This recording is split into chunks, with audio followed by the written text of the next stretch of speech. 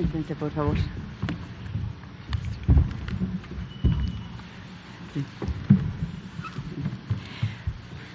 Buenas tardes a todas y a todos. Gracias por venir a esta conferencia vespertina, donde vamos a presentar a la ciudadanía, a madres y padres de familia, a ustedes, representantes de los medios de comunicación, la propuesta educativa del Gobierno de México. ¿En qué consiste? ¿Cómo se construyó? ¿En qué vamos? ¿Sí? En esta ocasión contamos con la presencia de Ángel Díaz Barriga, investigador emérito del Instituto de Investigaciones sobre la Universidad y la Educación, ISUE, de la UNAM. Me falta una imagen que iban a pasar. Con Marx Arriaga Navarro, director general de materiales educativos de la Secretaría de Educación Pública. Con la maestra Claudia Nayeli López Cambray, quien participó en la elaboración de un proyecto del campo formativo del humano y lo comunitario. Esto fue para primer grado. Y al maestro Uciel Pérez López, quien colaboró con un proyecto del campo Lenguajes para cuarto grado. En las conferencias subsecuentes estarán más académicos, especialistas, más maestros, maestras. Cada día tendremos diferentes expositores y cada día iremos platicando con ustedes y compartiendo cómo fue creado el contenido por cada grado. Mañana empezaremos con primer grado, segundo, tercero, y así iremos grado por grado para que se conozca con precisión. El día de hoy iniciaremos con una introducción, con una panorama general para dar la idea de cómo fuimos construyendo la propuesta y a partir de qué principios. Cada uno de los que está aquí presentará, explicará, platicará sobre cómo se ha estado trabajando para llegar a estos nuevos libros de texto gratuitos. ¿Sí? Pues abriremos un espacio para preguntas por parte de ustedes. Bien.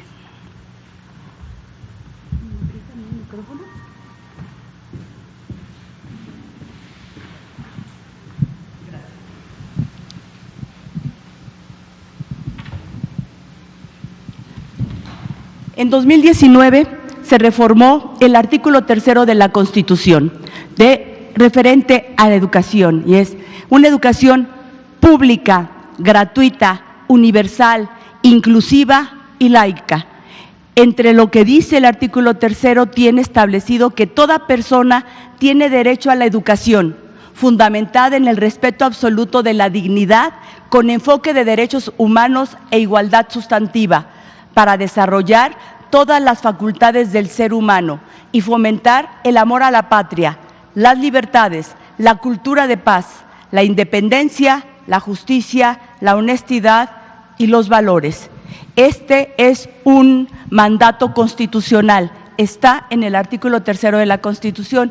Para poder cumplir con él, establecimos un modelo educativo que se llama la Nueva Escuela Mexicana, que tiene como objetivo fortalecer la escuela pública, promover los valores de solidaridad, de honestidad, de respeto, de vinculación con la comunidad, la justicia social, el aprecio a la naturaleza y la capacidad para resolver problemas reales y cotidianos.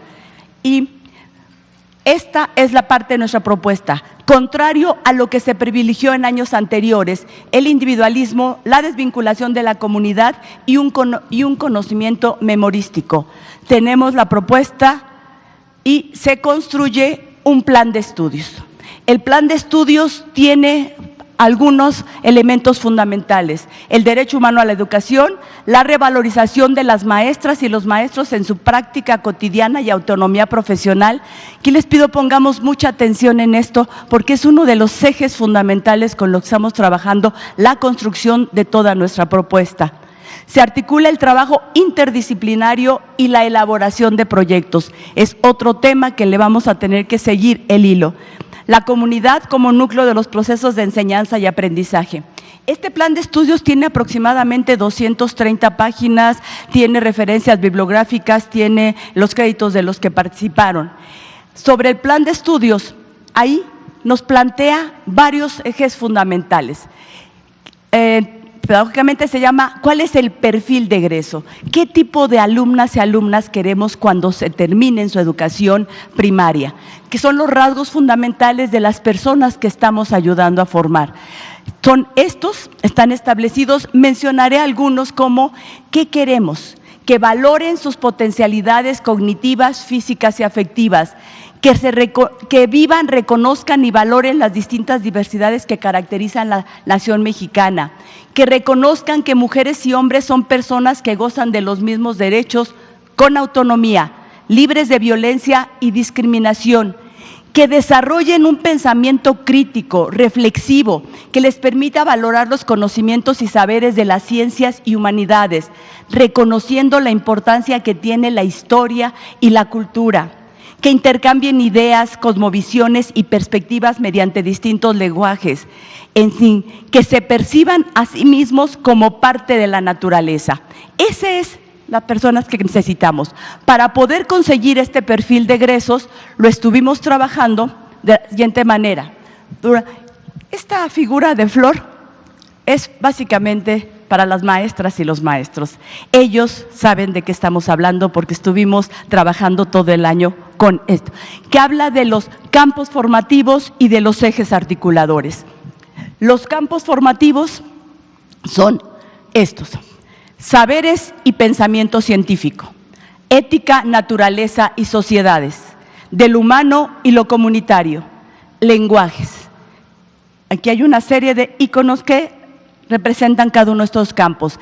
Dentro de estos campos formativos van todas las asignaturas: español, matemáticas, historia, geografía, biología, química, física, están incorporadas a verlo de manera global. Sí existen las asignaturas, pero dentro de estos campos formativos. Y trabajamos con unos ejes articuladores que nos permiten darle coherencia a toda la propuesta pedagógica, y es apropiación de las culturas a través de la lectura y la escritura, inclusión, pensamiento crítico reflexivo, igualdad de género, interculturalidad crítica, artes y experiencias estéticas y vida saludable. Estos ejes nos permiten ver qué tipo de persona estamos formando. Para poder actuar con esto, se construyó o se trabajó los programas sintéticos. Los programas sintéticos. ¿Qué son los programas sintéticos? Fueron elaborados por académicos, especialistas de distintas instituciones, establecen los conocimientos que se deben abordar a nivel nacional. Aquí se establecen los conocimientos que se deben abordar a nivel nacional. Estos programas sintéticos los organizamos en 6 fases y estuvieron trabajados por los maestros durante todo este ciclo escolar. Ahorita les explico cómo trabajamos en los consejos técnicos, pero ¿qué pasa? ¿Por qué los organizamos por fases? Porque consideramos que la educación tiene que concebirse desde la etapa inicial hasta la superior. Nosotros vimos la fase 1 del programa, del plan de estudios, abarca educación inicial. La fase 2, educación preescolar, primero, segundo y tercero. En primaria tenemos 3 fases. La fase 3, que es primero y segundo. Fase 4, tercero y cuarto. La fase 5, quinto y sexto. Y secundaria es la fase 6, primero, segundo, tercero de secundaria. ¿Qué queremos cuando terminen la secundaria? Que ingresen a la preparatoria, al bachillerato, a la vocacional, que los alumnos que salgan de aquí tengan todos los elementos suficientes para poder ingresar al nivel medio superior. Y este gobierno impulsa la permanencia de los alumnos en el nivel medio superior. Era uno de los grandes problemas que tenemos y por eso las becas Benito Juárez, más de 12 millones de estudiantes reciben el apoyo para permanecer en el nivel medio superior. Y queremos que lleguen al nivel superior, que entren a la universidad, al politécnico, a las tecnológicas, que sigan su desarrollo humano educativo en todas las fases, incluyendo medio superior y superior. Tenemos entonces el mandato constitucional, el plan de estudios, los programas sintéticos y llegamos a los programas analíticos. ¿Qué son los programas analíticos? Son es una estrategia para contextualizar el aprendizaje, que como colectivo escolar las maestras y los maestros realizan a partir de los programas sintéticos de acuerdo con las condiciones de su situación comunitaria y escolar y en particular de su grupo escolar. Estos programas sintéticos son la respuesta a maestras y maestros que durante muchos años estuvieron exigiendo que se tomara en cuenta su práctica, que ellos son los que están ante los alumnos, que ellos trabajan todos los días. Hay que escucharlos, hay que ver cómo trabajaban y qué es lo que necesitan. Estos programas analíticos los construyen ellos, con lo que hay que enseñar y con lo que está planteado en el plan de estudios. Ellos, los maestros y las maestras, recuperan su práctica, reconociendo la diversidad cultural del país que también reclamaban. ¿Cómo quieren que enseñemos lo mismo en Baja California que en Chiapas, en Tamaulipas que en Guerrero? Entonces, ahora tienen la posibilidad, reconsiderando, tomando en cuenta su autonomía profesional, para que ellos puedan determinar esos contenidos, cómo los aplico a mi región. Y no solo a mi región, sino a los alumnos y las características de los grupos que yo recibo para trabajar este ciclo escolar. Todos los grupos son diferentes, por lo tanto, el maestro, con su formación profesional, aquí queremos poner mucho énfasis en eso, los maestros tienen una formación profesional que les permite tener el conocimiento de cómo voy a enseñar lo que me está planteando el programa sintético y el plan de estudios. Estos los estuvimos trabajando durante todo este año escolar, en los consejos técnicos escolares. Todos ustedes saben, o muchos de ustedes saben, los viernes últimos de cada mes se reúnen los maestros. ¿Y para qué se reúnen? En la escuela se reúnen 20, 30, a veces se juntan 2 o 3 escuelas para discutir qué tipo de educación estamos dando a nuestros alumnos, cómo mejoramos, cómo resolvemos los asuntos que hay en la vida escolar. Esto lo hacemos miles y miles de maestros, 1.200.000 maestros reunidos cada mes discutiendo el tema de educación. No es poca cosa. Esto es lo que estamos impulsando, que ellos en sus colectivos, en sus ambientes, puedan discutir hacia dónde vamos. Se construyen los programas analíticos y llegamos a los libros de texto gratuitos. Son planeaciones didácticas por proyectos que permiten contextualizar los contenidos y organizar el trabajo a partir de la realidad, con múltiples actividades que integran los conocimientos, trabajo colectivo, juegos, uso de diversos materiales. Nosotros iremos trabajando con ustedes cómo son los libros de texto, cómo se trabajan los libros, cómo se utilizan. Lo que queremos dejar claro es que para llegar a los libros de texto tiene que haber antes un programa sintético y el programa sintético corresponde al plan de estudios y el plan de estudios a un mandato constitucional. Hay una secuencia en donde han participado maestras, maestros, académicos, innovadores, escritores, ilustradores. Es un trabajo intenso, colectivo y muy gratificante. Les voy a presentar… Esto tuvo que llegar. Para llegar a los libros de texto tenemos que pasar por todo esto.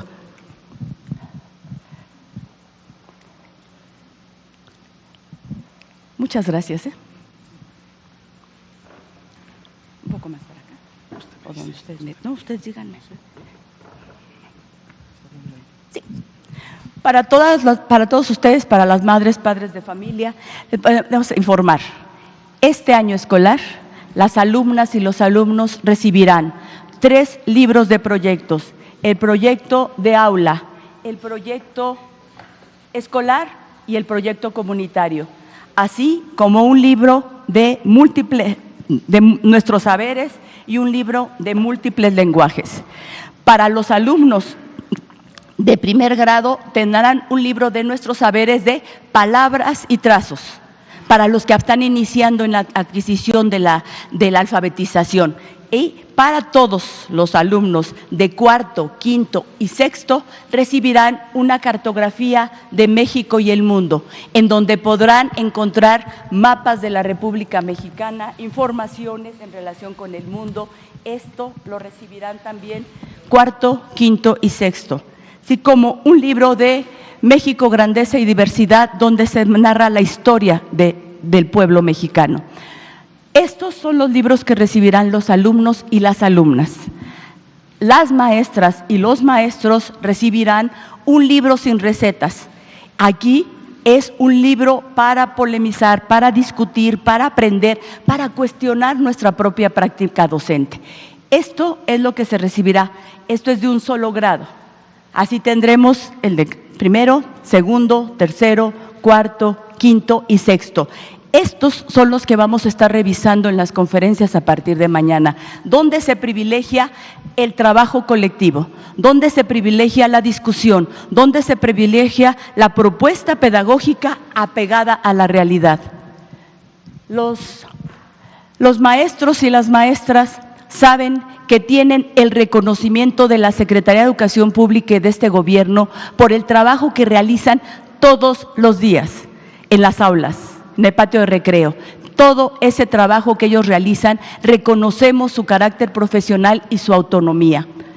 Y les decimos a las madres y padres de familia que el objetivo de esta propuesta educativa es que sus hijos, sus hijas tengan una educación científica, humanista, inclusiva, donde ellos se sientan felices, donde puedan aprender el conocimiento que se necesita para tener una mejor vida.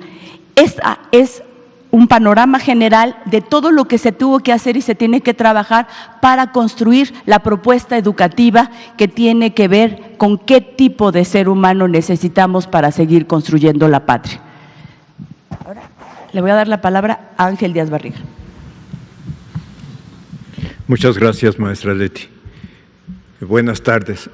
Me quiero dirigir en primer lugar a padres y madres de familia, a ciudadanos de este país, a ustedes medios, pedirles que nos ayuden a vincularnos con ellos.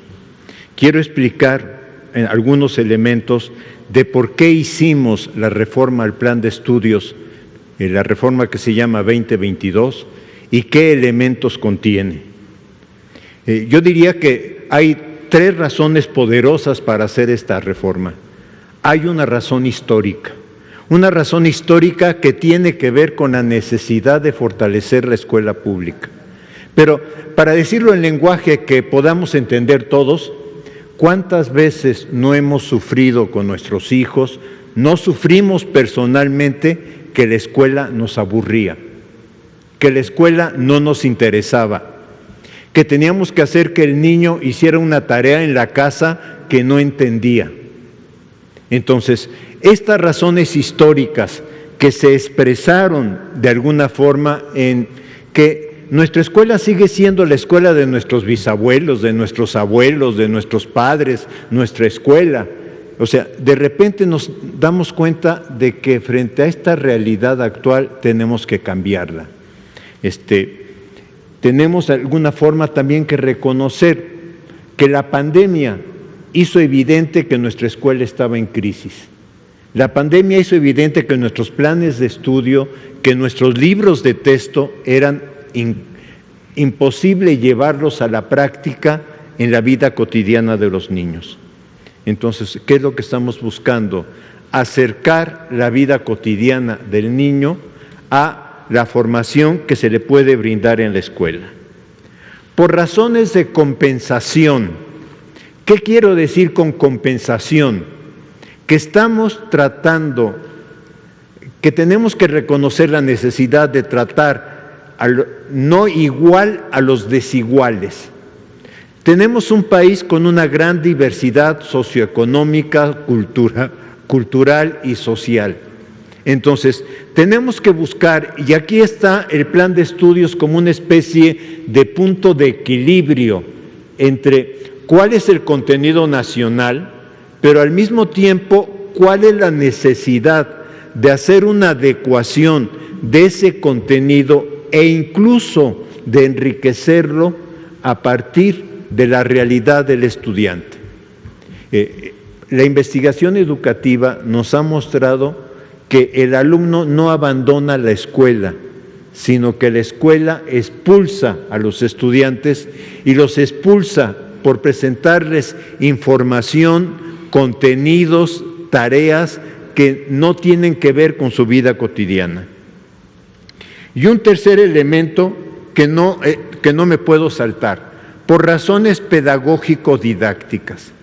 En este país, prácticamente en los últimos 30 años, la didáctica ha sido expulsada de los salones de clase. Y ustedes dirán, ¿y qué importa la didáctica? Pues resulta que es la disciplina que ayuda al profesor a pensar cómo construir las estrategias de aprendizaje que va a llevar con sus estudiantes. La didáctica nunca nos puede decir, esta es la mejor estrategia, nunca. Sino que la didáctica lo que puede hacer es ayudarle al profesor o profesora en el contexto donde está trabajando con sus alumnos o alumnas, el pensar, y con ellos, ¿cómo puedo trabajar mejor? Entonces, este plan de estudios tiene una gran fundamentación pedagógico y didáctica necesaria en nuestro país. Parte de 4 principios fundamentales: la integración curricular. La integración curricular que está en los campos formativos y en los ejes articuladores, pero que, adelantándome un poco, perdón, pero a mí me gustaría mostrar un ejemplo, por ejemplo, que trae el libro de 4º de primaria sobre la digestión. Y sobre la digestión trae la anatomía, la fisiología del estómago, pero la digestión también le permite, de alguna forma, analizar cuáles son los tiempos de ingesta de cada alimento. Es decir, cuánto tiempo tarda una leche o tarda un pan o una fruta en ser asumido por nuestro cuerpo. Y le pide a los niños que empiecen a hacer cálculos, porque ahí viene la otra pregunta. Entonces, ¿cómo se integra ciencias? ¿Cómo se integra escritura? ¿Cómo se integra dibujo? ¿Cómo se integra aritmética o matemáticas en un tema de ingesta? Además, trae un tema que me parece muy interesante, perdón que haya abusado del concepto integración, pero trae un tema que es muy interesante, que es pedirle al niño que vaya viendo cuáles son las calorías o cuáles son los almidones y que haga pequeños experimentos con leche o con otro producto para ir determinando estos elementos. O sea, esto es lo que queremos decir con lo que tiene que ver con la vida del niño. Esto es importante, pero al mismo tiempo con la articulación de los conocimientos que provienen de las disciplinas o con la integración. El otro elemento es la autonomía profesional del docente. El plan de estudios está reconociendo al docente que tiene una formación, que tiene un conocimiento curricular, que tiene experiencias, que tiene capacidad de pensar y de tomar decisiones para cada uno de sus estudiantes. Esto es lo que los padres de familia le pedimos al docente. Oiga, ¿y qué se puede hacer con mi hijo frente a que no sabe tal cosa o no le interesa tal tema? Pues precisamente esto es lo que este plan de estudios está reconociendo: autonomía profesional o profesionalidad del docente. Y en tercer lugar, ¿dónde vive el niño? El niño no vive en el aire, el niño vive en un lugar particular que le estamos llamando comunidad-territorio. Y esta comunidad-territorio la tiene tanto el niño indígena, tanto el niño que está en una comunidad alejada, como el niño que vive en una zona urbana, en la colonia del Valle, etcétera. O sea, lo que queremos que el niño reconozca es que vive en un entorno y que en ese entorno tiene que realizar una convivencia con los demás y tiene que saber aprender de los demás y tiene también que aprender a respetar la cultura y las diversidades que cada uno de nosotros conlleva en nuestro desarrollo. respetar el derecho de niños, niñas y adolescentes a la educación y al aprendizaje de acuerdo a sus condiciones. Desde enero a junio, como lo ha relatado la maestra Leticia, desde enero a junio los maestros han trabajado en colectivo en sus consejos técnicos escolares, han trabajado los programas sintéticos. Los programas sintéticos han sido objeto de codiseño curricular y son la base de la conformación del programa analítico. Quisiera aclarar una cosa. ¿Qué queremos entender por codiseño y por programa analítico? Queremos entender esto que los maestros habitualmente hacemos, que es adecuar lo que dice el plan de estudios a la realidad que tenemos en el trabajo cotidiano del aula. El programa analítico nunca podrá ser fijo, nunca podrá ser un programa que ya lo hice y ya lo terminé. No, en cada etapa, porque así lo vivimos, de repente a mí me dicen, ¿y cómo va a ser el programa analítico para el mes de noviembre de este año? Pues no lo sé, porque no sé qué cosas estén pasando en México en el mes de noviembre o qué cosas estén pasando en la comunidad en el mes de noviembre, que sean los elementos, los problemas articuladores desde los cuales se vaya construyendo el proyecto de trabajo que articula los 4 campos formativos con los 7 ejes articuladores, que es un trabajo complejo para los docentes, es un trabajo complejo y por eso festejamos que todo este año lo hayan hecho, y yo digo que lo han hecho con mucho entusiasmo. Tenemos mucha evidencia del entusiasmo con lo que los compañeros docentes han tomado esta tarea. ¿Qué contiene el programa sintético? El programa sintético contiene un panorama de los contenidos de cada fase del plan de estudios. Y a mí me importa mucho este panorama porque a veces los maestros necesitamos una especie de mapa de ruta.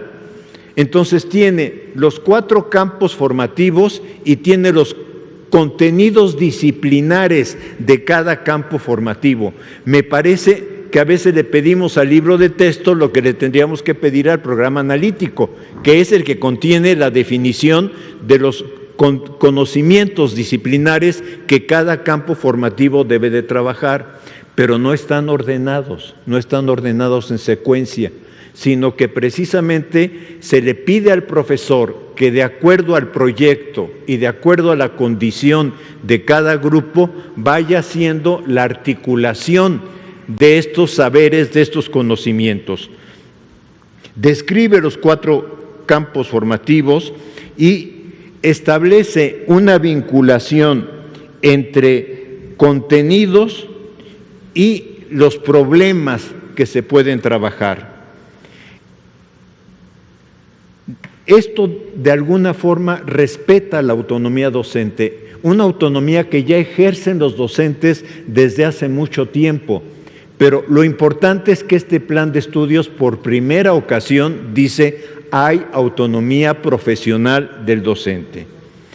El codiseño y la conformación del programa analítico consiste en la discusión que el colectivo docente hace de qué está pasando en su escuela, de qué está pasando en el entorno de su escuela, de cómo están respondiendo los niños ante los proyectos, ante su proceso de aprendizaje. Y es en ese momento, y por eso digo que el programa analítico no es fijo, es en ese momento donde el programa analítico se replantea, se reestructura y del cual el maestro va a derivar la forma en cómo va a organizar su trabajo didáctico. En este sentido, este plan de estudios está establecido como un plan de estudios vivo. La Secretaría de Educación Pública cumple con la obligación constitucional al establecer un plan de estudios, al establecer contenidos nacionales, pero dice esto va a ser vivo, porque en cada escuela va a recibir las adecuaciones que requiera para su funcionamiento. Y finalmente se establece la evaluación formativa. En este país no se había trabajado con rigor la evaluación formativa. La evaluación como un proyecto de trabajo en la escuela, la evaluación formativa como algo que acompaña paso a paso el aprendizaje de los niños y niñas, la evaluación formativa como algo que el docente, al ir percibiendo cómo va avanzando su grupo, va devolviéndole al grupo situaciones, problemas o reflexiones que le permitan mejorar su trabajo. En este sentido, lo que estamos pensando, lo que estamos construyendo es un plan de estudios, un proyecto educativo.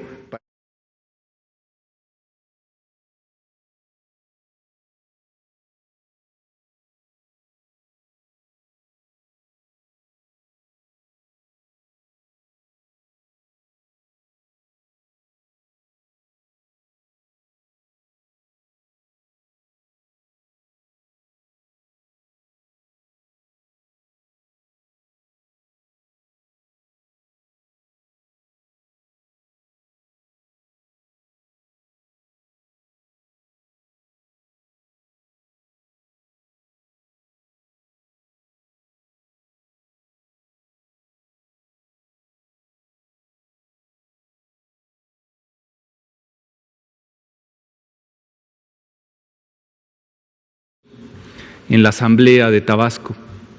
Ahí, después de algunas horas de estar trabajando sobre cómo deberían ser los libros de texto, cómo debería ser el plan de estudios, los programas analíticos, el compañero Fernando Díaz Cruz cayó desplomado y murió de un infarto en medio de la asamblea. Y sus últimas palabras fue estas, las voy a leer.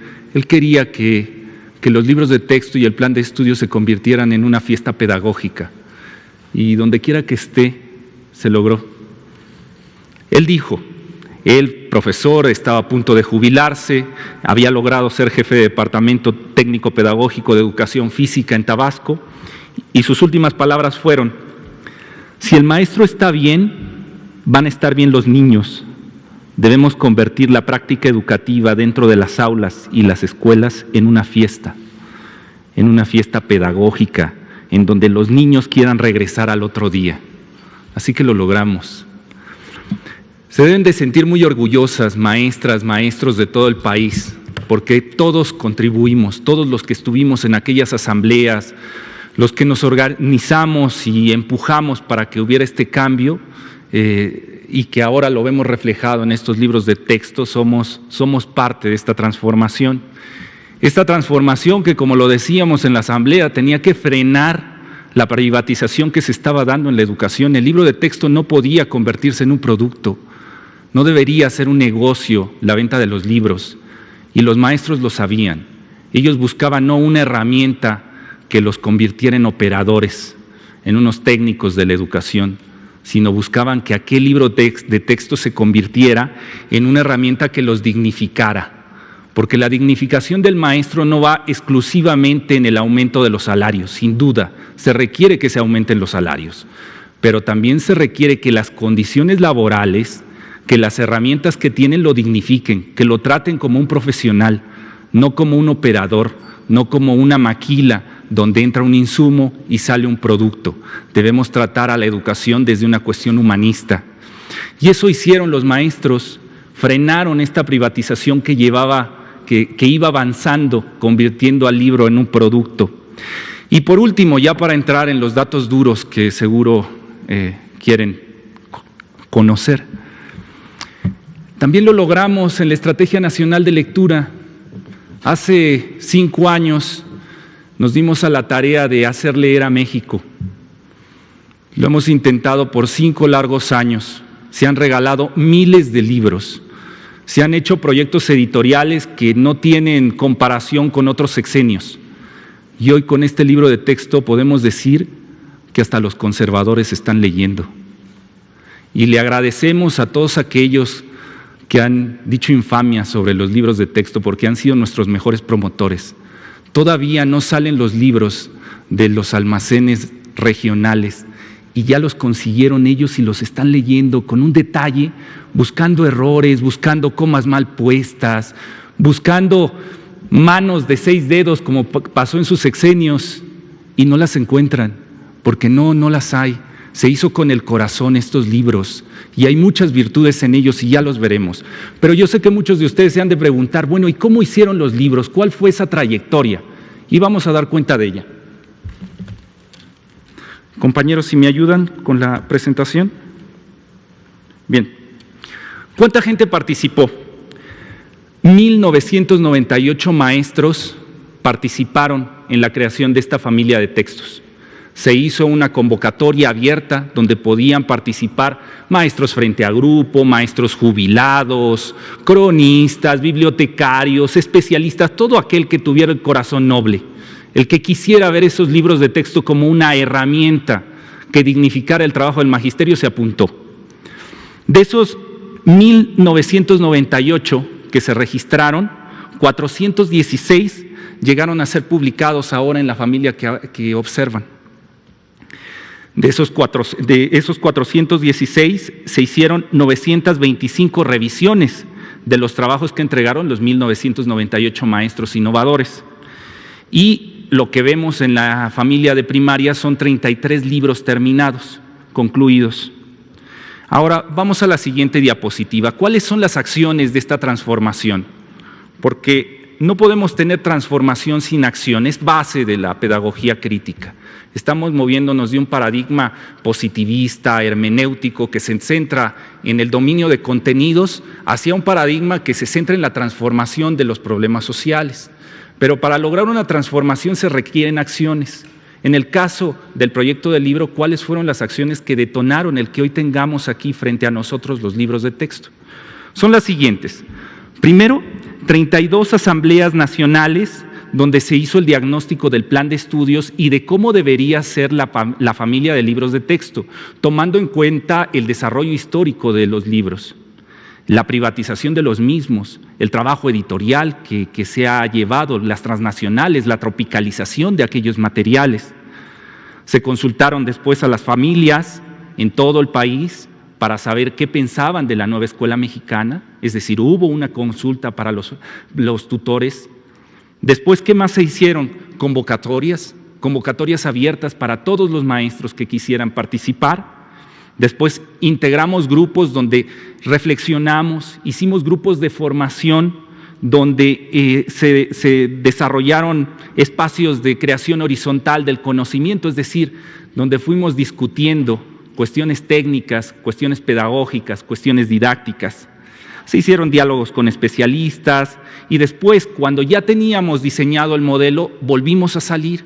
Hicimos lo que llamamos la caravana de la nueva escuela mexicana, donde ya teniendo el bosquejo teórico de cómo debería ser el libro con base en toda esa discusión que llevábamos horas y horas a lo largo de la República, propusimos ya un producto final. Así podrían ser los libros de texto. Salimos a algunos estados, a 12 de ellos, para discutirlo, en el norte del país principalmente. Después ya hicimos más mesas con especialistas para ir perfeccionando y terminamos con tutorías de acompañamiento con el equipo de la Dirección General de Materiales, a la que le mando un fuerte abrazo, a todos los compañeros editores, a todos los compañeros tutores que acompañaron y que hoy son blanco de burlas en los medios de comunicación. A todos ellos les mando un fuerte abrazo, ánimo, siéntanse orgullosos por el trabajo que acaban de realizar. Bien, sigamos a la siguiente diapositiva. De febrero a marzo del 2022, en las primeras asambleas, números que no lo cree nadie, ¿no? Porque habla del movimiento que se hizo. 1.035.121 maestros participaron en las asambleas. 32 asambleas a nivel nacional se desarrollaron. No hubo un estado que frenara el ejercicio. No hubo ninguno. Guerrero, hicimos la asamblea en Guerrero. En Michoacán también se desarrolló la asamblea. En estados del norte conservadores, como el caso de Chihuahua, también realizamos la asamblea.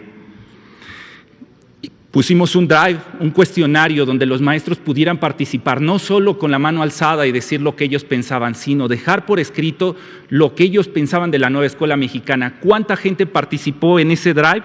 109,089 personas respondieron el instrumento que diseñó la dirección sobre el programa de estudios y la nueva familia de libros de texto. Ahora, si queremos más evidencia sobre aquello, 23 de esas asambleas quedaron grabadas en YouTube, están ahí. Lo que hablamos de 147 horas con 49 minutos de transmisión. Al día de hoy tenemos 379,970 reproducciones y 304,498 comentarios de la gente que estuvo observando esos contenidos, y están ahí para que lo puedan consultar. 8,617 likes que dieron solamente en las redes oficiales, porque hay que decirlo, el magisterio, como si fuera una cuestión viral, lo subía a sus redes sociales, sacaba fragmentos de ahí, y llegó un momento en que fue imposible darle seguimiento al impacto que tenían los contenidos que se habían desarrollado. En la consulta a las familias, ¿qué fue lo que los padres de familia, los tutores, decían sobre los libros de texto? Primero, reconocían, veníamos de la cuestión de la pandemia, los tutores se habían dado cuenta, abrieron los ojos de la importancia que tenían los maestros, del papel fundamental que jugaban en la escuela y que ahora en la pandemia ellos tuvieron que hacer las actividades que antes hacían los docentes, y por eso el primer punto que ellos dijeron, los tutores, fue el reconocimiento del docente en la formación de sus hijos. Segundo punto, reconocer que era necesario mejorar las formas de enseñanza, que no podíamos seguir con una formación centrada en el dominio de contenidos, que debía ser una formación activa, donde los conocimientos se pusieran al servicio de la resolución de problemas. Diversidad de contenidos, que no solo fueran contenidos textuales, sino que hubieran elementos interactivos que acompañaran a los libros de texto. Infraestructura y materiales que no cuenten en el hogar ni en la escuela, que son importantes para el apoyo del aprendizaje, es decir, que los materiales también dieran la oportunidad a que los padres de familia, los tutores, acompañaran en la formación de sus hijos. Muy interesante lo que dijeron las familias. Después de eso, después de tener esos datos, salieron las convocatorias, se registraron los maestros, se hizo la consulta a los innovadores. Ahí tenemos evidencias de cómo fueron dándose las convocatorias en las redes sociales. Se integraron a los grupos de trabajo donde fuimos entre todos en un plano horizontal, sin que hubiera una segmentación, una segregación, donde unos aprendían de otros, ¿no? Y donde estaba el sabio que le enseñaba a los maestros que no sabían cómo debía ser el material educativo, no. En una cuestión de horizontalidad, donde los saberes que tenía el maestro de Chihuahua debían recuperarse, los saberes del maestro de Veracruz debían recuperarse y entre todos construir. Esos espacios horizontales se generaron en una cuestión virtual. ¿Hay evidencia de ello? Claro que hay evidencias. Se integraron las mesas, en ella agradezco a las instituciones que participaron en las primeras mesas de formación, como es la Secretaría de Educación Pública, Indautor, Segov, la Secretaría de Cultura, la Universidad Pedagógica Nacional, la Benemérita Universidad Autónoma de Puebla, la Universidad del Estado de México, la UNAM, el CONACYT, los equipos de la misma dirección, el área editorial, la dirección general. ¿Cuántas sesiones hubieron? 65 sesiones virtuales tuvimos con los 1,998 maestros que se registraron, 98 horas con 24 minutos de transmisión. Más de 373,005 visualizaciones tienen esos videos. Después de eso, se fueron dividiendo los equipos en grupos más pequeños, ya para pensar en la formación puntual del libro, es decir, los proyectos que aparecen en los documentos que ven a mi derecha. ¿Cuántas horas fueron de seguimiento con los tutores? Hoy los tutores que se critican los medios de comunicación porque no tienen la licenciatura terminada. Aquellos tutores que iban por bibliografía para acercarla a los maestros, aquellos tutores que les pedían a las autoridades estatales que les dieran unas horas a los maestros fuera del aula para poder terminar los proyectos que serían evaluados. aquellos tutores que buscaban la manera de que el maestro tuviera minutos de internet para poder descargar los contenidos de la capacitación, de la formación que estábamos dando. Bueno, pues entre esos tutores y las mesas conformadas con los especialistas que acabo de mencionar, fueron más de 279,278 horas, 52 minutos de formación, de seguimiento que se le dieron a los 1,998 maestros. Como había dicho, 65 sesiones virtuales se quedaron grabadas, pero de esas se le dio más seguimiento puntual, llamadas, WhatsApps, Facebook Lives ya diseñados exclusivamente para los grupos menores, Zooms, etcétera. Ahora hablemos de la revisión. Después de eso terminaron los maestros que se apuntaron, las maestras terminaron los proyectos y los entregaron a la dirección. Pero seguía un gran reto. ¿Cómo sabríamos si esos materiales eran pertinentes? Sabíamos que lo eran porque los que los diseñaron eran especialistas frente a grupo, maestros con mucha trayectoria, con años y años de estar frente a grupo, pero queríamos más, porque sabíamos lo que se vendría. Sabíamos que vendría estos intelectuales orgánicos a descalificar el material educativo. Y entonces convocamos gente para que los leyera, para que los analizara, diera recomendaciones. ¿Cuántas evaluaciones se dieron? 925. 55 dependencias participaron. De la fase 3, que estamos hablando de primero y segundo de primaria, fueron 418 revisiones. En el caso de tercero a sexto de primaria, que nos ocupa en estos días, en estas semanas, la familia de primaria, fueron 507 revisiones de los especialistas. Como ven, la que sigue, como ven en la gráfica, participó todo el país. No hubo un solo estado que quedara marginado, ni siquiera Guanajuato, ni siquiera Chihuahua. También participaron. Veamos los números. En el caso de la de GESUM, de los normalistas, que les mando un fuerte abrazo a todos los normalistas del país, porque estuvieron ahí con nosotros, evaluando desde la didáctica, desde la pedagogía, los proyectos que se entregaron. ¿Cuántos normalistas de todo el país participaron? 379. ¿Cuántas autoridades educativas, ya sea estatales o federales? 285. De CONAPACE, 28. De la Universidad Pedagógica Nacional, que también le agradecemos mucho a la pedagógica, 12 personas se integraron. Del CONACYT, un abrazo al CONACYT, 90 investigadores nacionales estuvieron acompañándonos. Del caso del INA, del INVAL, de INDAUTOR, 27, de CONAPRED, de CONDECEF, 31, de la Secretaría de Educación del Estado de Chiapas, 22, de otras instituciones, 46. Más adelante podemos ver el reparto ya un poco más grande para todos ustedes de cómo se fueron dividiendo los trabajos de los investigadores. O sea, ya aquí estamos hablando no de los que innovaron, no de los que hicieron los proyectos, sino de las instituciones que los leyeron y dieron recomendaciones. Recomendaciones de contenido, recomendaciones de estilo, y todas ellas se tomaron en cuenta. Lo saben muy bien ellos. Bueno, pues maestras, maestros, siéntanse muy contentos. Como lo decía Fernando Díaz Cruz, este día, el día de hoy y el 28 que inicia, es una fiesta pedagógica y esto se los debemos a ustedes. Así que muchas gracias. Vamos a pedirle a la maestra Claudia Nayeli y después al maestro Isael que nos platiquen cómo participaron siendo maestros innovadores de esta propuesta de libros de texto. Hola, muy buenas tardes a todos. Soy la profesora Claudia Nayeli López Cambray y soy docente frente a grupo. Soy la prueba fehaciente de que los libros de texto fueron elaborados por maestros de aula. Quiero compartirles que tuve la oportunidad de formar parte del grupo de innovadores que elaboraron los libros de texto. Tuve a bien participar en los libros de primer grado y en los libros de cuarto grado al mismo tiempo. En el caso de los libros de primer grado, participé con 2 proyectos. Uno de ellos se titula Hablemos de empatía y el segundo se titula Una escuela llena de emociones.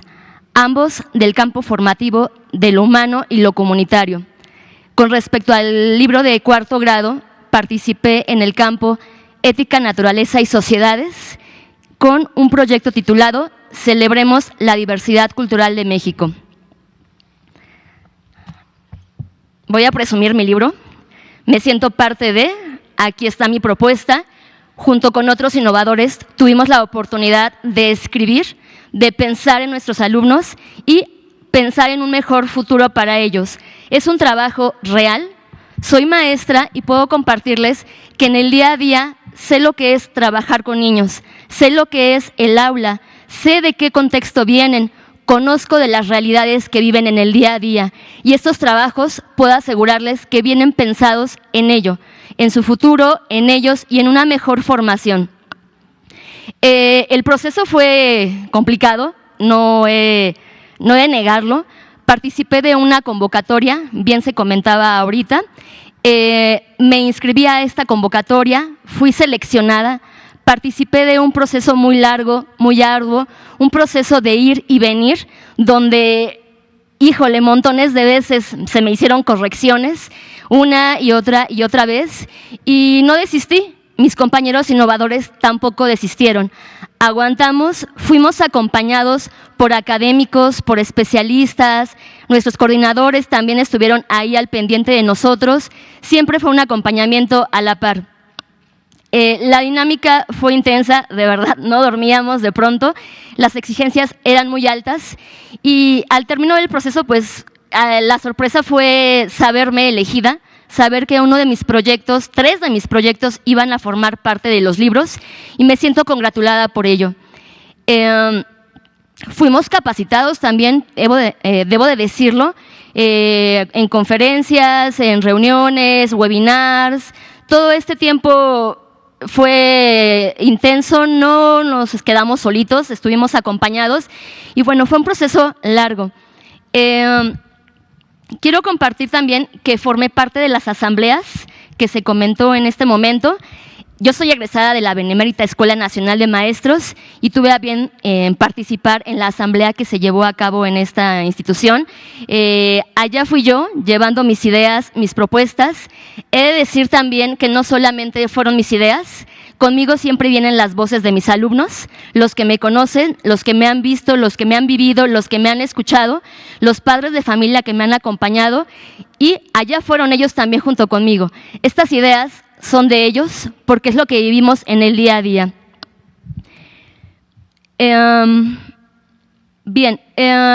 Quiero comentar también que en esta dinámica de los libros de texto se plantea una dinámica diferente.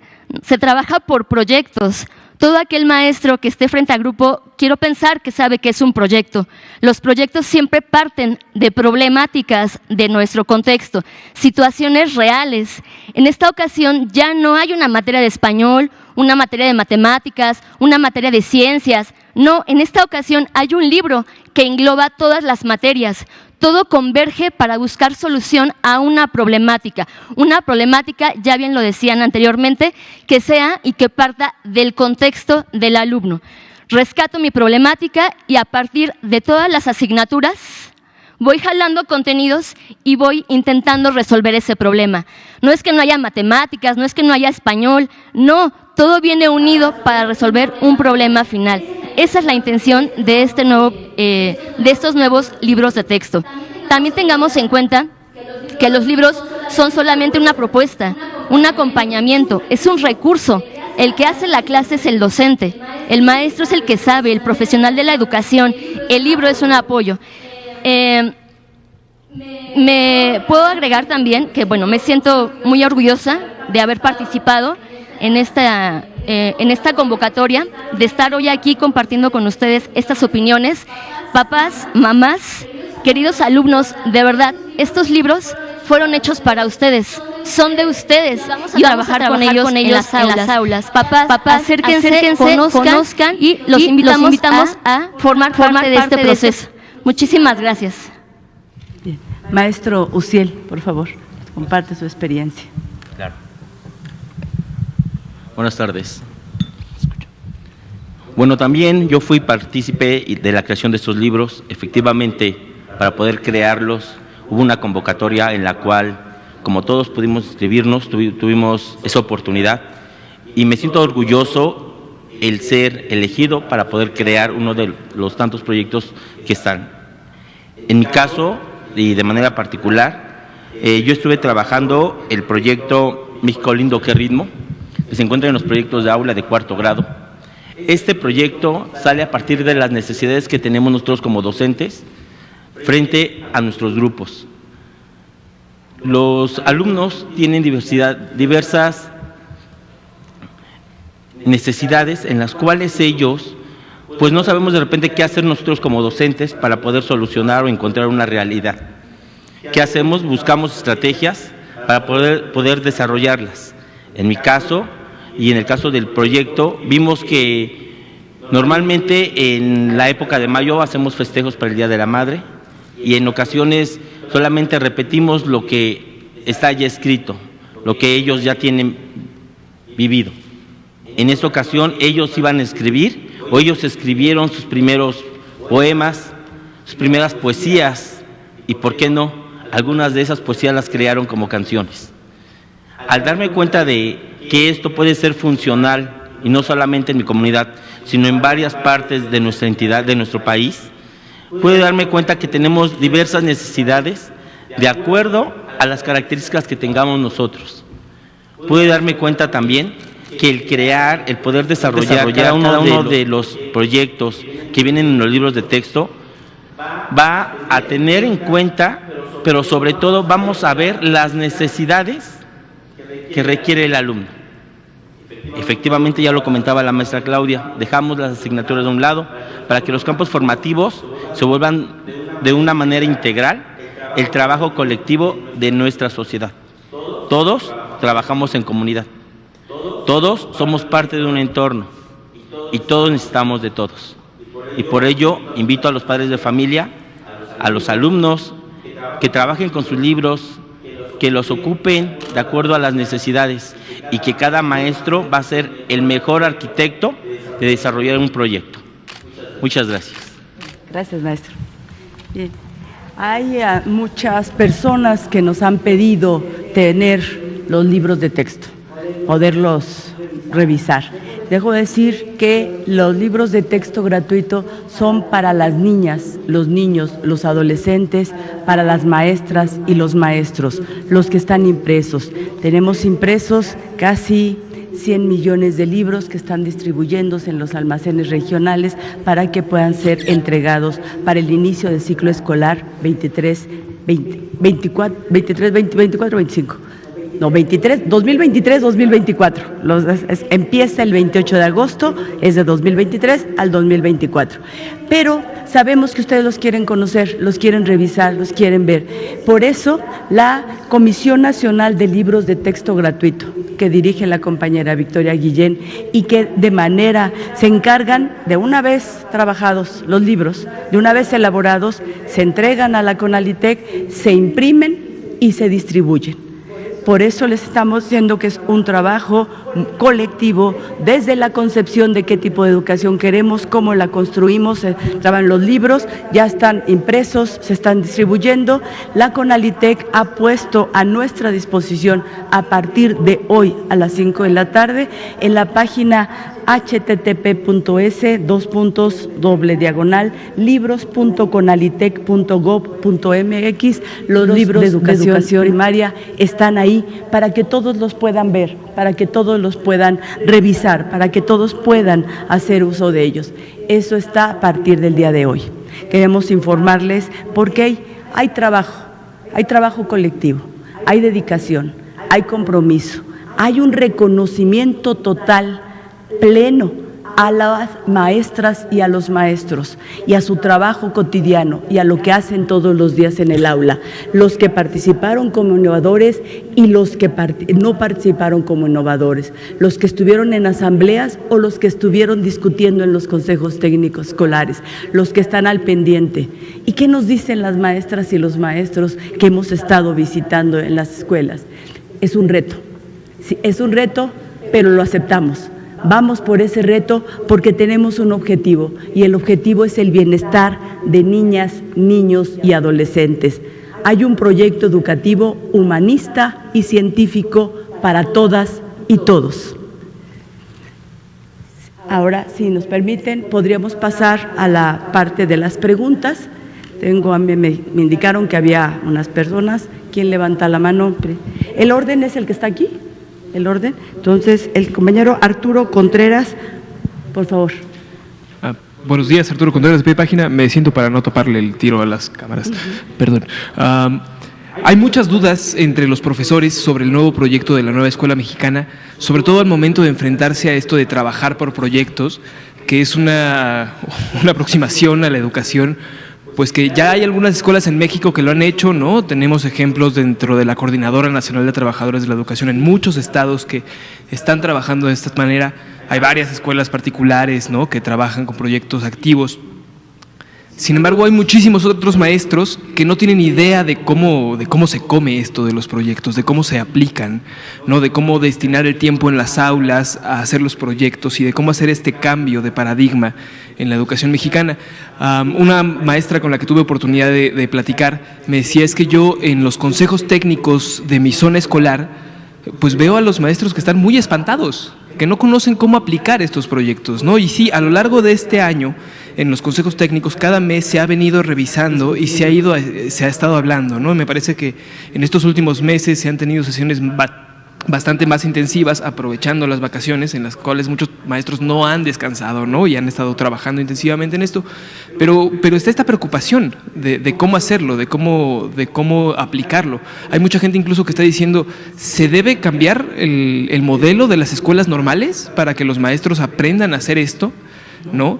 Había una maestra que me decía, es que tenemos muchos docentes en el país que no están formados en el desarrollo de currículas, ¿no? En el diseño curricular. Entonces esta cosa de elegir proyectos y desarrollarlos, pues parece que va a ser un gran reto en las aulas. Entonces, más allá de los consejos técnicos, ¿qué espacios se están dando para que los maestros de todo el país puedan aplicar esto?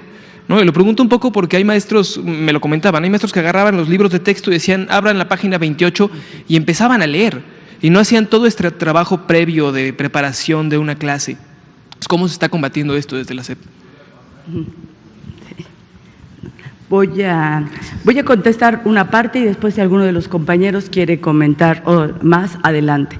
Es decirles, efectivamente, no solo son los consejos técnicos, también hay semanas de formación continua que tienen la siguiente semana, del 21 al 25 de agosto, en todo el país. Las maestras y los maestros estarán discutiendo cómo vamos a trabajar este mes de septiembre con proyectos y con los libros de texto. Todos los maestros y maestras del país, en todas las escuelas lo van a estar haciendo. Pero hay una lógica también en los consejos y en la conformación del contenido de los libros, y es, vamos a compartir. Si alguien no sabe, otro nos puede enseñar. Si el maestro, si él sabe en su escuela, le enseña a los demás compañeros.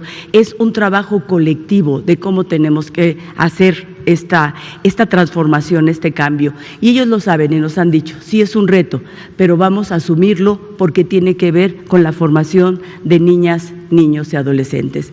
Hay otra característica, efectivamente hay que formar nuevos docentes con esta lógica. En el ciclo escolar 2022-2023, las escuelas normales, o sea, los alumnos que terminaron el primer grado de normal, ya trabajan con una reforma curricular que tiene que ver con este plan de estudios. Ellos ya están siendo formados con esta lógica de trabajo, lo han fortalecido durante todo este año, y el siguiente ciclo serán los de primero y los de segundo, terminará toda la formación de los maestros. Hay una cuestión más que tiene que ver con cuando hablamos de en qué tiempo lo van a hacer, es en el tiempo de la práctica y la discusión y cuando estemos trabajando con ellos, ¿sí? Los maestros, independientemente de cómo, en qué momento estudiaron para ser maestros, son profesionales de la educación y hay una actualización permanente, hay una formación continua y hay que adaptarse hubiera cambios o no hubiera, se tienen que adaptar a las nuevas realidades. Los alumnos que atendimos en algún año ya no son los de hoy. Ahora hay una cantidad de conocimientos que llegan los alumnos con ellos y lo que queremos que es intercambiemos nuestros saberes.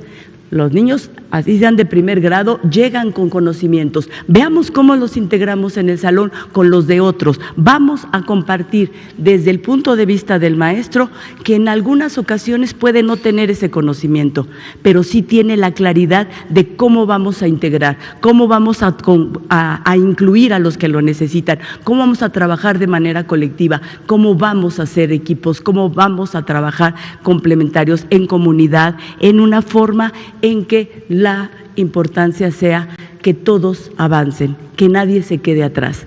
Y si hay algún alumno de excelencia, adelante, pero que comparta con sus compañeros todo lo que le hace falta para que todos salgamos adelante. Esas son ideas de los maestros, de las maestras, de incluso de los que tienen dudas, incluso de los que tienen dificultades. ¿Requiere mucho trabajo? Sí, pero hay capacidad para hacerlo también.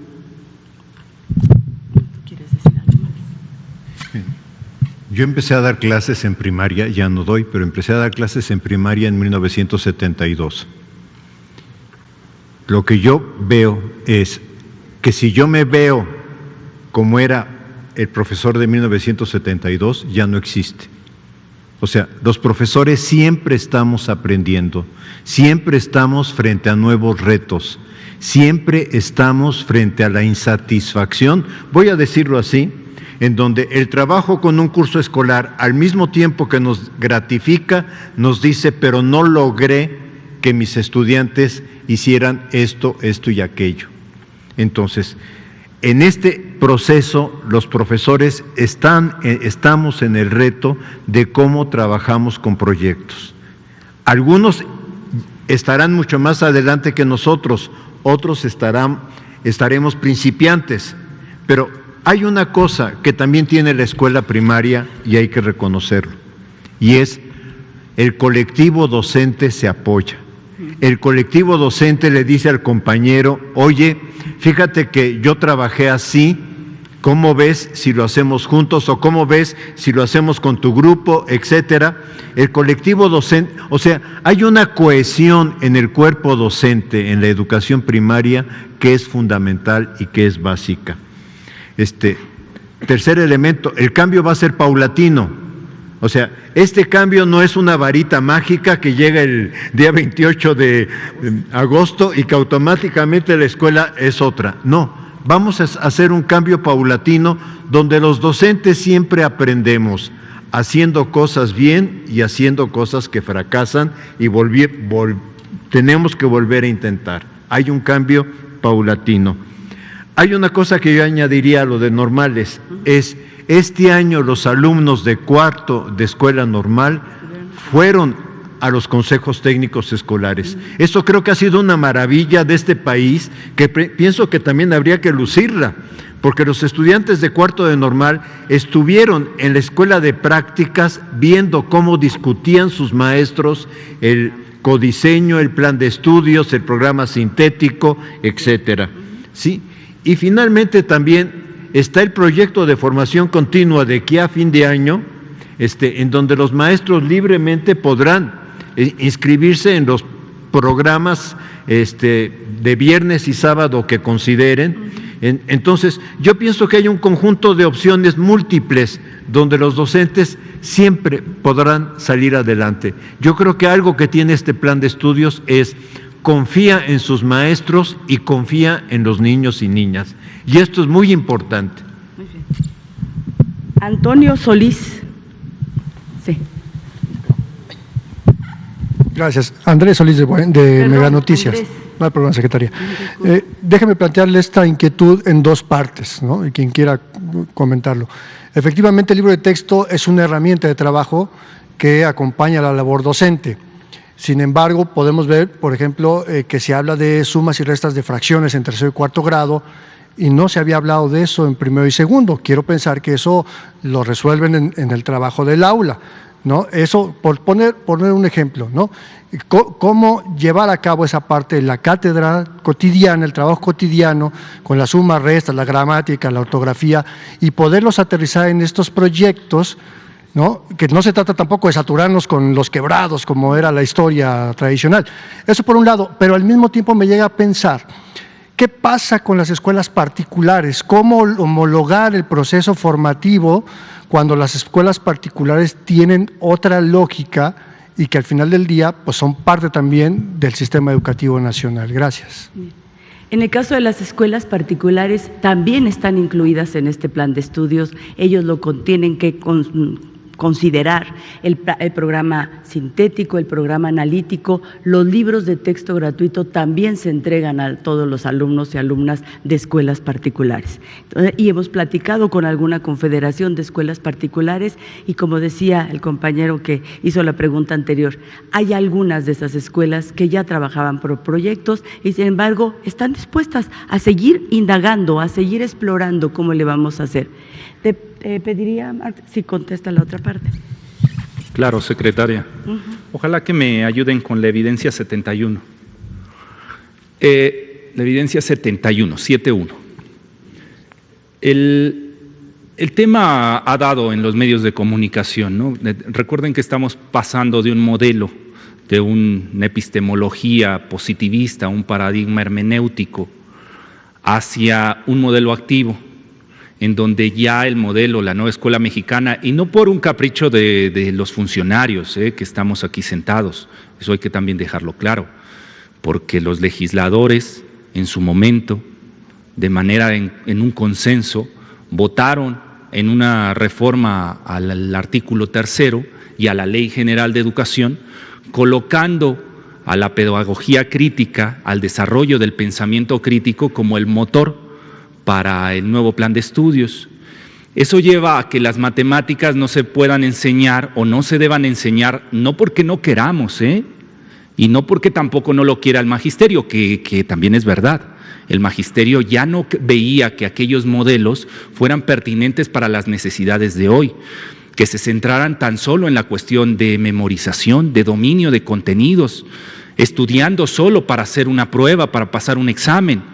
Ellos buscaban otro tipo de formación.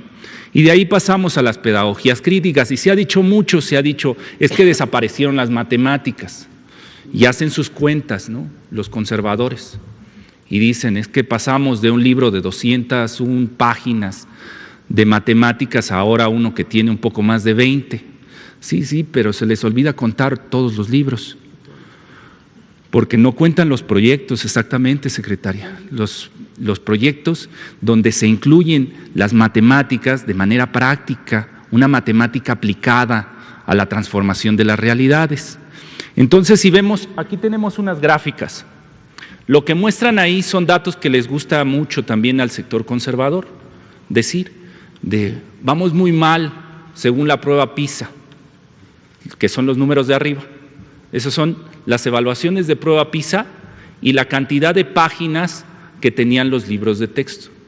Y como verán, cualquier especialista en educación me dice es vano hacer este análisis, porque no es una correlación directa entre el número de páginas y las pruebas estandarizadas, porque tampoco era así. Las condiciones de los países no son idénticas y el territorio mexicano es diverso, se maneja desde un multiculturalismo. Y el pensar que un libro de texto que tuviera 210 páginas o 169, bueno, ahí la tenemos, en el ciclo anterior eran 208, en el ciclo anterior, en el caso de primero, que es lo que estamos mostrando ahí. Si hacemos bien las cuentas y tomamos en cuenta, pasamos a la última página, viene un cuadrito donde se aprecia, esto es sexto grado, pongamos el de primero, adelante, sigamos. Avancemos, hay uno donde viene la sumatoria, ¿no la ven? Bueno, ahorita a ver si la podemos ver.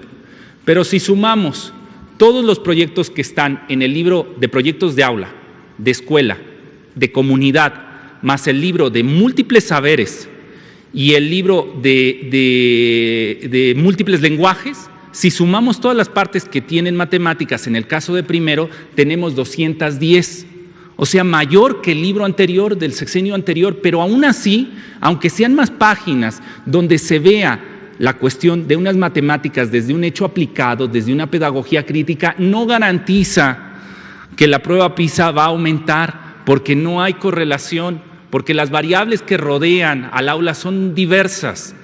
Pero bueno, tan solo para aclarar, sí hay matemáticas, sí están en los libros de texto, sí están desarrolladas a profundidad, y lo dijo bien el compañero reportero. O sea, el libro de texto es una herramienta para el maestro, y el maestro, desde su autonomía profesional, como lo ha hecho desde los años 20 hasta la actualidad, tiene que territorializar, tiene que tomar en cuenta lo que sucede en su territorio.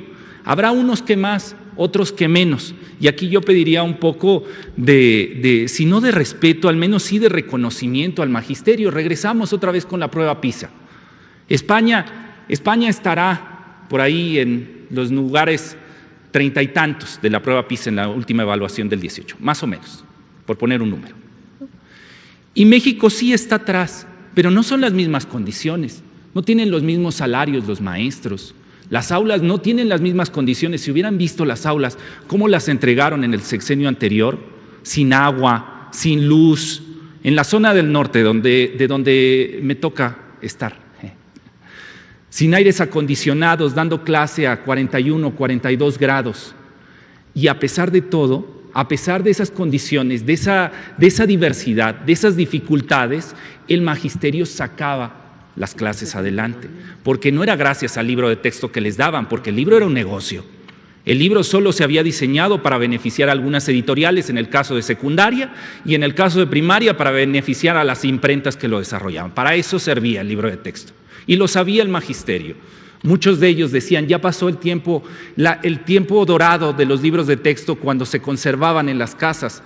Hoy ya los libros de texto es un material de segundo o de tercer nivel. Yo hago mis clases, yo genero mis materiales educativos, yo los utilizo día con día y dejo que el estudiante lo lleve a su casa y que lo responda de tarea. Eso decían en las asambleas. Entonces hoy le damos ese giro de tuerca al libro de texto, lo regresamos a los años dorados, donde ya no es un negocio, ya no está en las manos de 4 editoriales, ya no es la presa de la CANIEM, sino ahora es el tesoro de la Secretaría de Educación Pública y una de las herramientas principales que va a tener el magisterio para la reivindicación de su labor. Entonces sí hay matemáticas y el maestro completará, compañero. Tenga la confianza de que los maestros de este país, como lo han hecho desde los años 20 hasta la actualidad, sacarán la cara por la educación de este país. Miguel Ángel.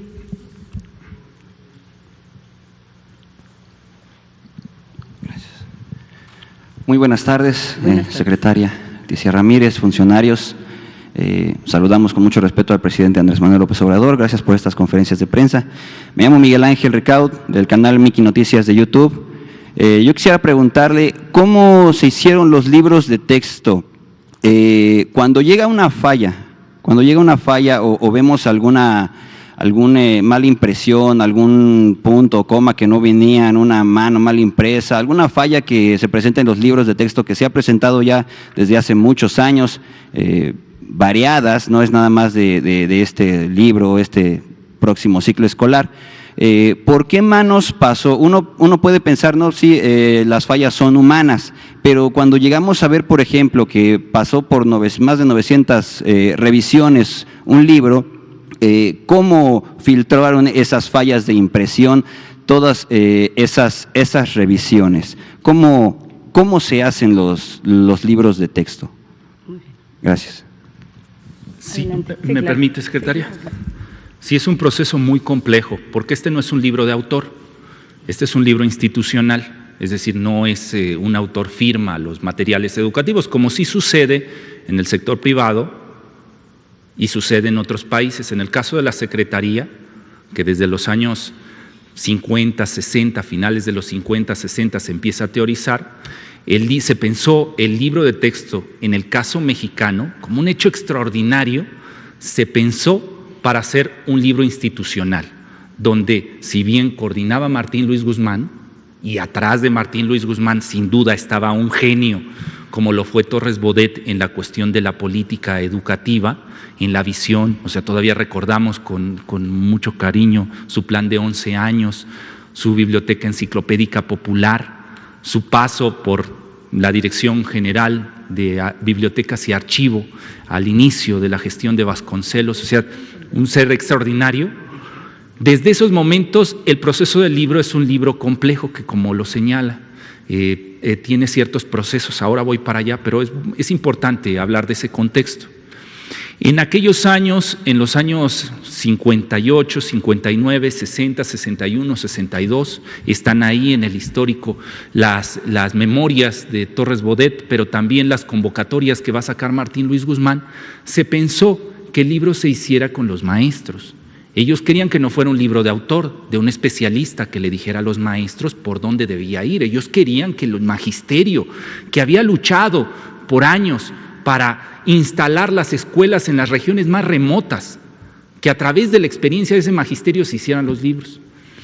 Lo malo es que en aquella época los niveles de analfabetismo, las debilidades de infraestructura que habían en el interior del país hizo que aquellas convocatorias, digamos que fracasaran. Llegaran pocos libros, lo cuenta Torres Bodet en sus memorias. También era injusto Torres Bodet porque los comparaba con los libros franceses y decía que los leía con mucha lástima de que el libro francés se le hacía mejor que la propuesta de los maestros mexicanos.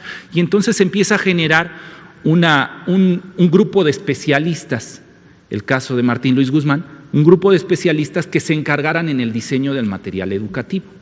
Y así se va la historia hasta prácticamente con nosotros. Estoy siendo aquí bastante subjetivo porque hay momentos clave. En los años 90 también vuelve a surgir otra convocatoria. Y algunos libros de esa convocatoria donde participaron el magisterio, no en masa, sino que se les pidió a los maestros que ellos se organizaran y que presentaran un libro, y los mejores libros tal vez se integrarían como libros de texto, y llegaron algunos buenos ejemplares. Y se discutió en su momento, pero nunca hubo un movimiento así masivo. 1998 maestros inscritos de todo el país queriendo participar en el diseño. Suena fácil, y no para un diseño de un sexenio, ¿no? O de 2 sexenios, sino algo tenía que implementarse de manera, pues si no rápida, así presurosa en la cuestión del siguiente ciclo escolar. Entonces todos por la vocación empezaron a trabajar, a teorizar cómo sería, a proponer cosas, esto. Después de que ellos se entregaron, que ya desde ahí vienen con muchas correcciones, pero pues como pasa con todos los originales, con todos los manuscritos, siempre se puede mejorar, hay que corregir estilo, tal. Pasa por ciertos procesos editoriales al interior de la Secretaría de Educación Pública. Por eso yo les decía, en este momento, en todo el mundo, y no estoy exagerando, en todo el mundo no hay un programa editorial como el que tiene México, no solo por la cantidad de libros que el gobierno federal se comprometió a hacer, en este caso una familia de 91 libros, más de 20,000 páginas, no solamente por la cantidad, sino también en la cuestión de la impresión y de la distribución, porque tienen que llegar estos libros hasta la escuela más alejada. Entonces, sí, hay un proceso donde se corrigen los materiales. Y yo no les diría errores, yo les diría áreas de oportunidad, como buen maestro que soy. Sí tienen áreas de oportunidad, como lo han tenido todos los libros de texto. Si quieren ponemos la evidencia, en este caso, vamos a poner la evidencia, la fe de ratas, la evidencia 54. Vamos a poner la fe de ratas que sucedió en el periodo de Choaifet, cuando se encontraron 117 errores en el libro de texto, que también sabemos que estaba manipulado eso, porque cuando sale estas notas y se castiga el libro de texto, en realidad lo que estaba atrás son las tabletas que se estaban repartiendo, los contratos que no salían, y utilizaron al libro de texto como chivo expiatorio para que se desviara la atención de aquel proceso mal hecho. Y sí, este proceso ¿en qué acabó? En que tuvieron que despedir a Choaifet, ¿no? Y que se acabó, todos los mercados con su nombre y todas las unidades habitacionales que tienen todo el país desaparecieron por los errores, los 107 errores. No, no pasó eso, no pasó nada. Tan solo fue una fe de ratas donde están ahí los errores, 107, que si uno hace los conteos, si es justo con lo que sucedió, estamos hablando que aquella familia era 7,250 hojas y encontraron 117 errores, lo que implica 1.61% de todo el producto que sacó en ese periodo tuvo errores. Hasta el momento sigo las redes sociales, me he mantenido a la distancia con prudencia para evitar el linchamiento público, pero nuestra familia tiene 20,576 hojas y yo los errores que alcanzo a distinguir que ponen en las redes sociales, las áreas de oportunidad que tenemos, no suban más de 20, y estoy siendo muy generoso, muy generoso. Pero pongamos 20. De las 20,576, esta es la fe de ratas en el periodo de Choaifet, para que tengamos evidencia que esto ha sucedido, que no es la primera vez. Y digamos que tuviéramos nosotros 20 áreas de oportunidad a lo largo de toda la familia, de estas 20,576, digamos, porque no han encontrado más. Están ahora metiendo hojas que ni son de los libros de texto, con tal de que la familia, la sociedad se levante e intente detener el proceso. Bueno, digamos que fueran 20, estaríamos hablando del 0.09%. Y estamos contando solo páginas. Si contamos palabras, si contamos caracteres, el número se hace todavía más pequeño. Entonces, para terminar y para contestarle, y aquí vuelvo a hacer referencia a la Dirección General de Materiales Educativos y a todos los compañeros que acompañaron al área editorial, si hay áreas de oportunidad, si se encuentran más de 20, ¿quién fue el culpable de todo eso? Fue el director general. No fueron los editores, no fueron los autores. Ellos hicieron un gran trabajo.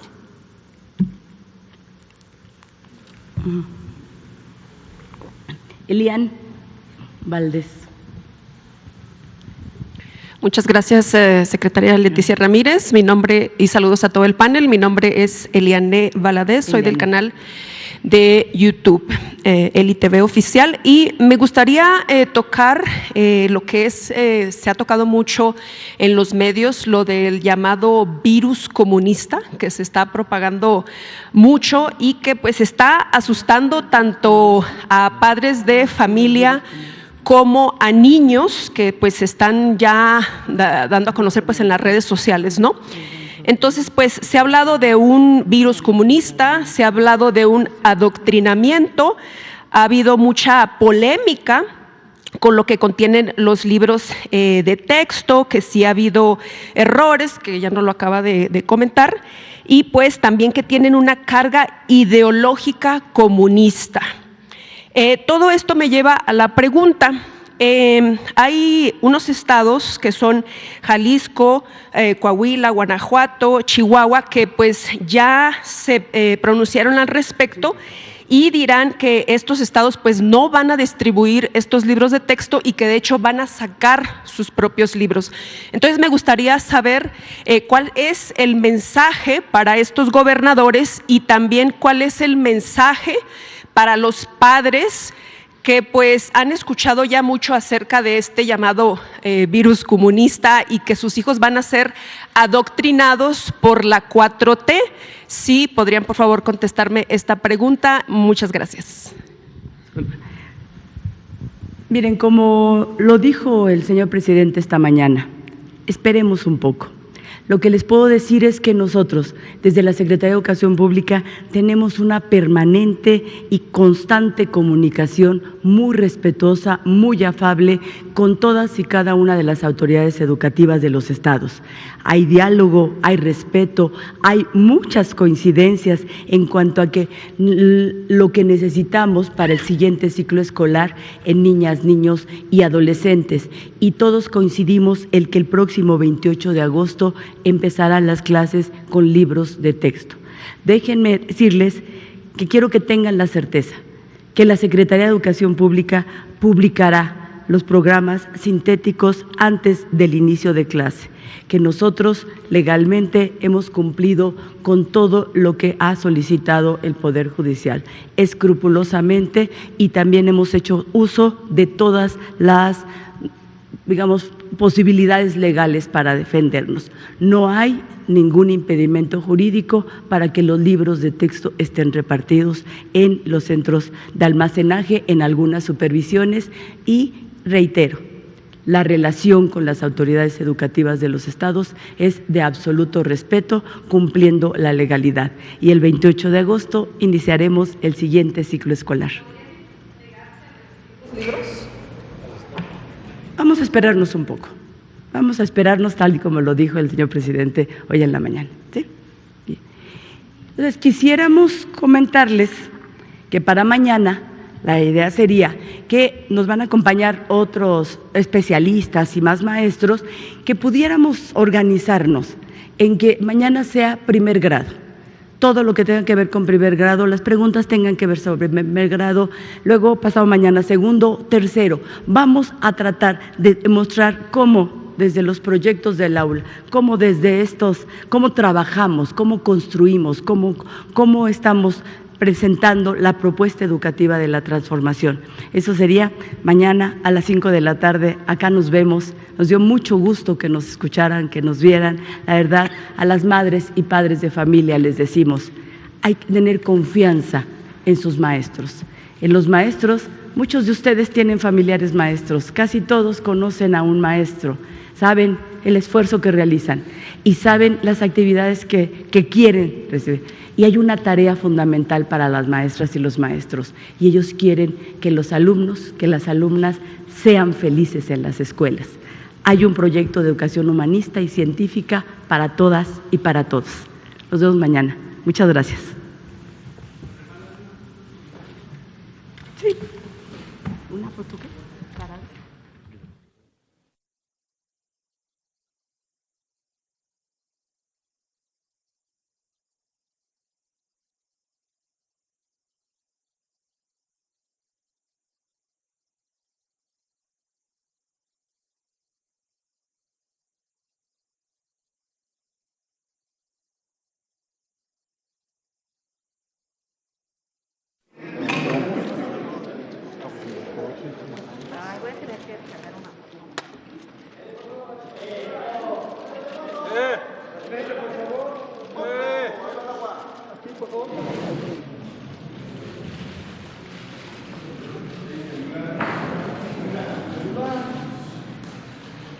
Bien. Muchas gracias. Se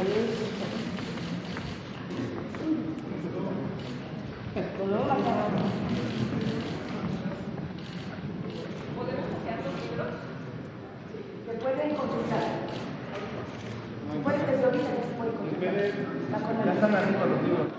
En la página con la licencia. Ya, pues,